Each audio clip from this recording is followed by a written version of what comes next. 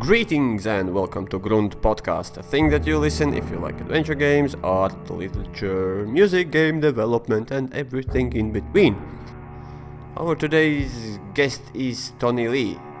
He is known to many developers who are working in the Unity engine, as he is a creator of Dialogue System, a plugin asset that makes your game have a nice branching dialogue and UI.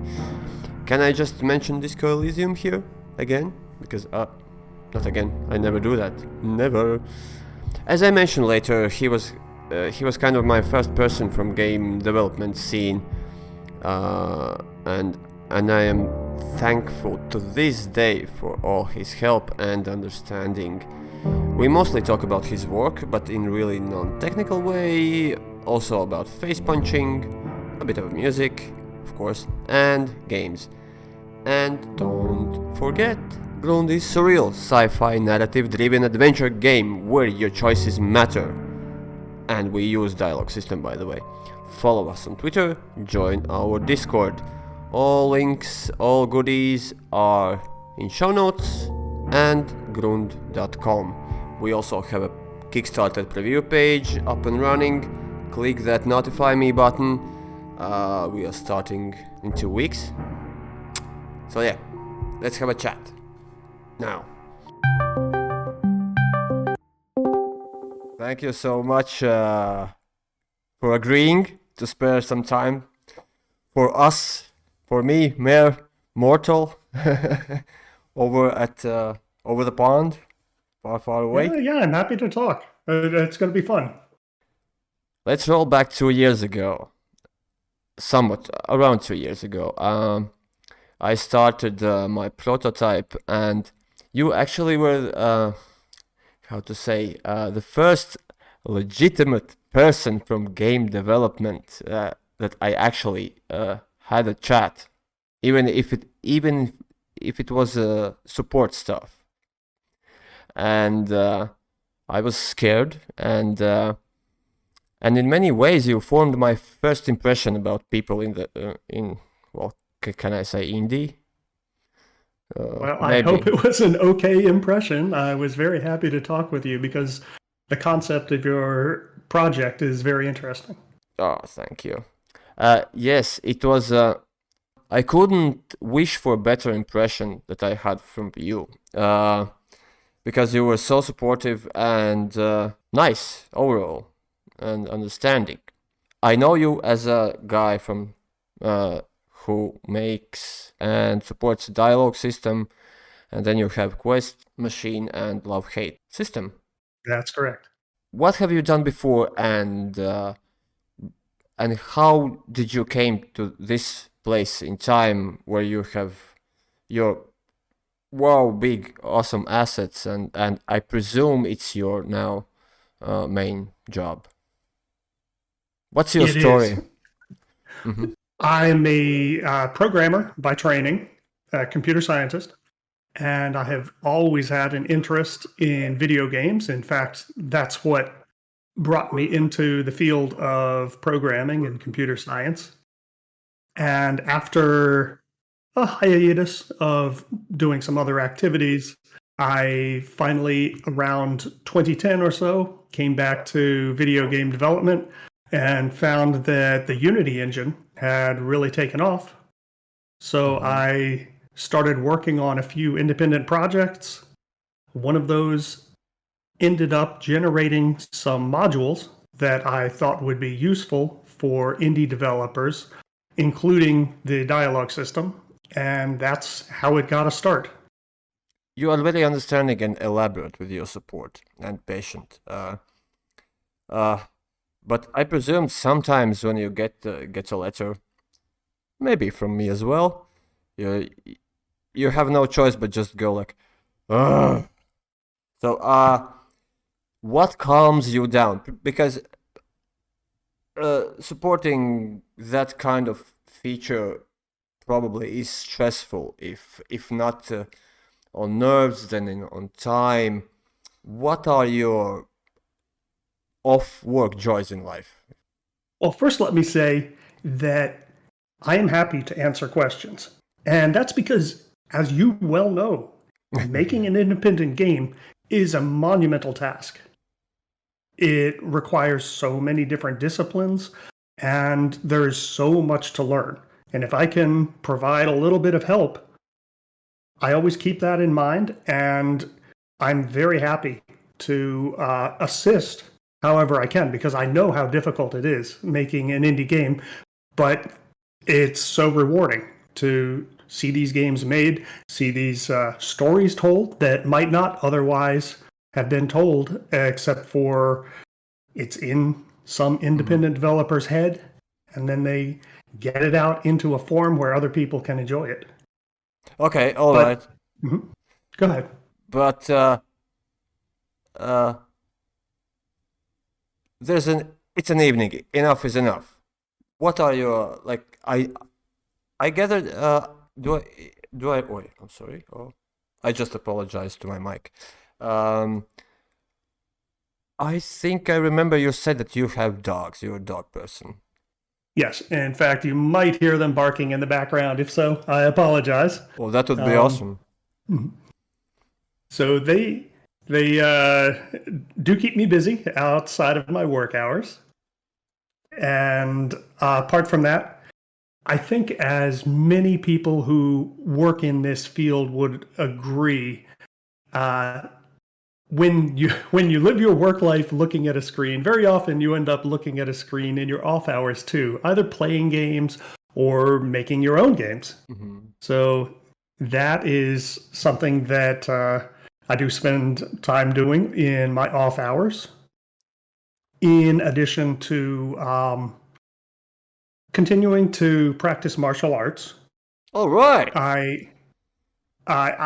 When I mentioned that I had a brief hiatus, it was in the 90s when I ran a mixed martial arts gym. And at that time, I think like many video game developers, I was having a crisis of faith and wondering, are video games worth dedicating one's life to? Just like any artistic pursuit. Sure. It doesn't build buildings. It doesn't feed people directly. I finally came around to the realization that it does feed people. It feeds them spiritually, intellectually. But there was a time there where my secondary pursuit, which is mixed martial arts, competitive mixed martial arts, really felt like a path that I would be following. You needed to punch someone. Yes. Well, maybe I got all my punching out, and that's why I'm happy to help people nowadays on their questions and problems.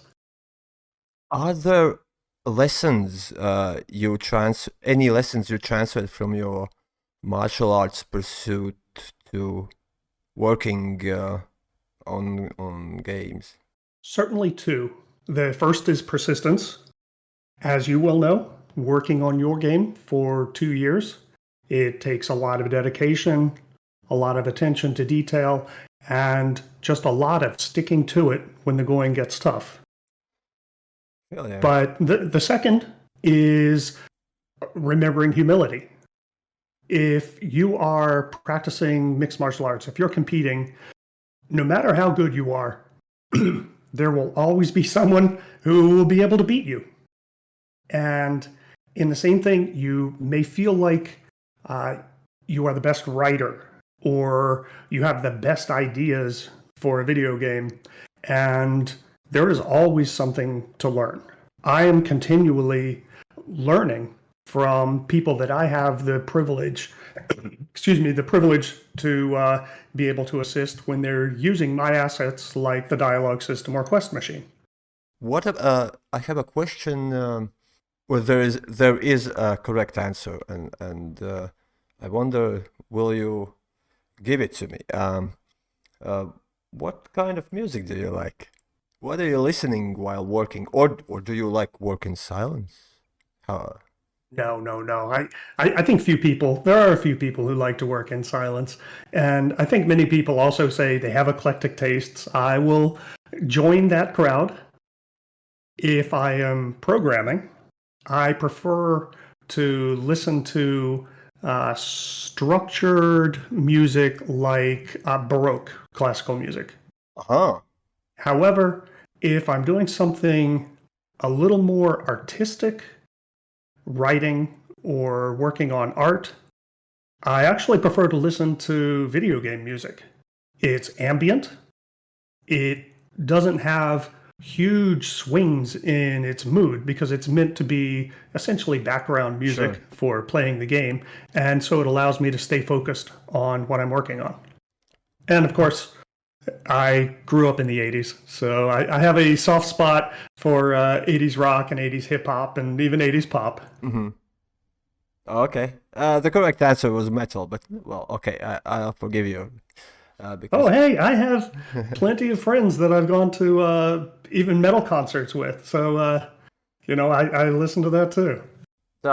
I just had a question that I took from what you said, and now I forgot. I hate this feeling. Let's skip that then for a moment, and let's get back to your work and clients. I know your clients very well. I am one of those, and the ranges of them, like age, knowledge base, are probably very wide. What are the most common user and guy who asks for help? What's the skill level of client base? Well, like you said, the range is very wide. There are some people who have just started out in game development and they have never even used Unity before. My assets are built for the Unity game engine, and they need just a little bit of support to get started, but generally they're bursting with creativity and ideas.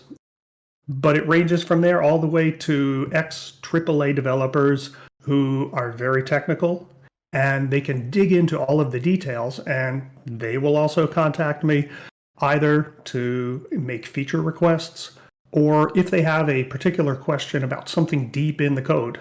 So it runs the gamut, but I would say in general, because Unity is a relatively approachable game engine, that they tend more to be on the earlier side of their game development journey. And that is great. We need more stories from a greater diversity of people. So I'm very happy to see lots of people like yourself coming into this field and telling the stories that only you can tell. Well, you said it's very approachable. Actually, when I researched before I started to work on Prototype, I didn't know that Unity is an engine. When I researched all my possibilities while choosing the engine, I thought I saw the Unity as the most approachable, the easier to understand. I have no idea. Maybe it's my Photoshop and Adobe package background. Maybe something in UI talked to me. But yeah, it's simple enough to understand. / it's not so limiting than, well, any adventure creator or. Did you examine any other engines out of curiosity? I didn't went further than reading on them, reading about them. I did not download every one, and I made my mind, and I stuck with it. I tried. There's a plugin for Unity as well. It's something with adventure. There is Adventure Creator. Probably, and yeah. For adventure games, it's quite good. The dialogue system and Quest Machine both have integrations with it in case you need to boost the dialogue capabilities of it. But it's quite good. Yeah, I am sure you're right. Kind of felt that if I go a node-based way, if we can call it like that, I'll in the end I'll miss out on some technical game building opportunities, but I might be wrong. Seriously, who am I to talk? I actually No. that's you're interviewing me? No, oh, okay. I actually remembered what I wanted to say. You mentioned that you like to listen to game soundtracks, and I've listened to a lot of them, but one that stuck for gazillion years now is Fallout 1 and 2 soundtracks. Mark Morgan. Ooh, those are that's good stuff. If you haven't heard it, give it a listen. Yes. Yes. That, I played a lot of Fallout 1 and 2. I actually yeah. played quite a bit of Fallout 3 just because the immersive environment they created was so compelling. There might have been some issues with the gameplay, but it was a game that I still remember fondly. And it was something new. It came after Oblivion, or am I right? I think it came right after Skyrim. Wow, But yeah. I could be wrong about that. It might have been Oblivion, but Okay. around that time period. Yeah, and you have to play it. It's Fallout. Still, I haven't finished number 4 yet, and I'm not gonna finish it probably. So. Anywho, we branched off to clients you have, guys who ask questions, and of course, many games have used your assets. My biggest example, of course, is Disco Elysium. Could you please describe the work with such big titles? If you can mention more than Disco Elysium, it would be awesome. What are the differences? And you already mentioned that maybe there's a code, but like in relationship-wise more. Well, I like to think that I primarily simply provide the tools that get the technical hurdles out of the way. I try very much not to provide what's called an opinionated tool, which is one that forces you to work in a very specific way. Adventure Creator is a great framework. It does ask you in some regards to work in a very specific way, and it simplifies things to do that, but it can also reduce the amount of freedom as a designer that you might feel in changing the design of your game. So with assets like the dialogue system, I really just try to provide the technical support and technical capabilities so that the creative people can focus solely on doing their writing, creating their art, getting the game fun and playable. And if that means implementing some features that the game designers suggest, I will be happy to do that as long as it really seems to fit within the scope of the asset. And I have to say, you mentioned that many of these, that the dialogue system is updated frequently. And that is true. Many of those updates are due to suggestions and feature requests from users. So I really have people like you and other designers to thank for the growth and continual improvement of the dialogue system.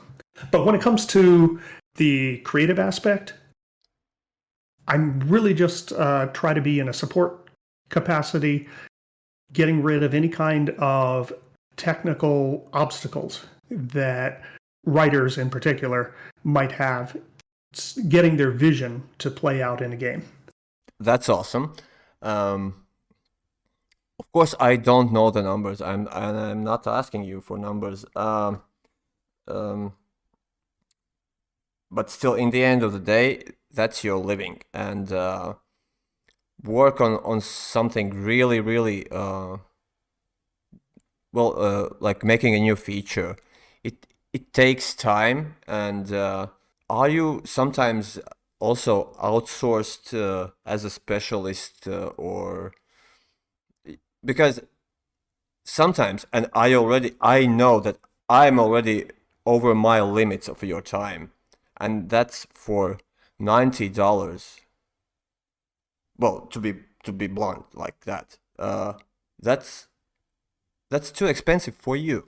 So my question was, are you sometimes outsourced as a specialist, and or uh, somewhat are there any other arrangements possible with you and studios?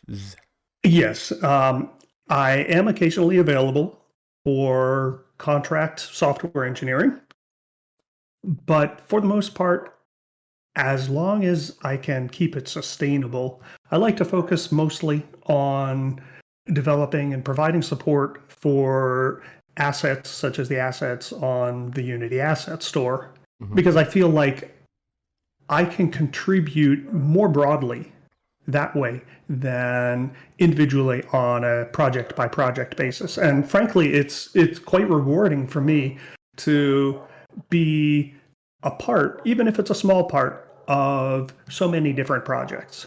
I know I'm not in the creative side of any of those projects, but at least I help them out a little bit, and I get the satisfaction of knowing, hey, this helped a bit to allow some designers to reach a vision that maybe would have taken them longer or they couldn't have done without these tools. Oh, Jesus. Eat healthy, please. And yeah, take care of yourself, because a lot of people depend on you. Yeah. Well, I do try to practice a good work-life balance. Um, Many people in the video game industry would agree that, except for very, very rare cases, working in the video game industry is not as financially rewarding as the equivalent work in a different commercial setting. For instance, software engineering in banking or something like that. But it also has its other rewards. It's a more creative, fun field to be in. And you're right. So long as we practice a good work-life balance, it's enjoyable and can be perfectly sustainable. Yeah, you can run for 14 hours a day, just so long. At one point, it will catch you up and eat you up if you don't do something about it. You mentioned you kind through our talk, you kind of distance yourself from the creative side, understandably, and it's amazing. No, it's not amazing. It's understandable and cool. My question is, you mentioned that your off work hours, some of your off work hours are in front of the screen. So, are you perchance making a game, sir? I work on the occasional prototype. One of them might turn into a game in the relative near future. Ah. And yes, for every project that someone contacts me and says, hey, we're working on this really neat idea, I have a technical question on the dialogue system or Quest machine, of course, I would love to jump in and give all of my creative ideas and jump in and do some of the writing. But that's their project. I don't want to force my ideas onto what their vision is, even though every project makes me excited. So I do participate in game jams and work on prototypes and contribute to the writing in my own projects. Okay, I'm pretty sure you won't give any names or any genre, maybe. Can you? What are you making? So, like many people, I have a love of adventure games and RPGs. And my current prototype that I do work on in my off hours is a beat 'em up RPG. And we'll see if this becomes something that ends up being a released game. It's set in a sword and sorcery, so a little bit more earlier in time frame than your traditional European medieval fantasy, and influenced quite a lot by the Golden Age writings of authors such as Robert E. Howard, who wrote the Conan the Barbarian series of stories. How about okay? You're right. How about art, game art? Are you creating it yourself as well? No, I have some partners working on that. I unfortunately have not particularly developed my art skills, but I am very happy to work with other people because they will bring ideas to the table that I never would have imagined. Yes, we totally agree. We have our artist Nicola, and sometimes when I got new drawings from him, it's like, oh, I wish I could do that. Not because I could do it instead of Nicola, but it's such a great skill to have. Of course, you have to work for it, but wow, people who can draw, amazing. Well, now you are a photographer also, aren't you? So I'm sure you have a fairly developed eye for that kind of composition. I might say yes. Everything. Yes, but to draw something, you can kill me. Even stick figures. There are a few indie games coming out that actually use real life photographs, and they're either manipulated and cut so that they can be animated, or they're just used as backdrops to a more text heavy story. So there's always that as an option, maybe not for your current game, but for something else should the opportunity arise. Yeah, okay. Now for you have worked on a lot of games during your work. My English is so amazing. Anyways, what's your favorite games you worked on? And maybe some other games in general. What are your favorites? Like names, we need names. Well, I can't claim to have provided any additional work other than development and support of, say, the dialogue system. Okay, yes. On many of my favorite games, such as Disco Elysium, Jenny LeClue, Lake. Many others come to mind, but one that I am providing direct software engineering contract work on is Gestalt, Steam, and Cinder. It's a pixel art Metroidvania, and I've quite enjoyed working on that too. Awesome. That's a proper shout out. So do I remember correctly? Now you are 11 years in this dialogue system stuff from 2010.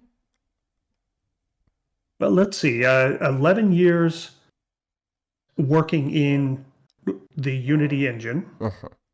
It was back in 2010 that I also evaluated various game engines and felt like Unity was on the best path for success.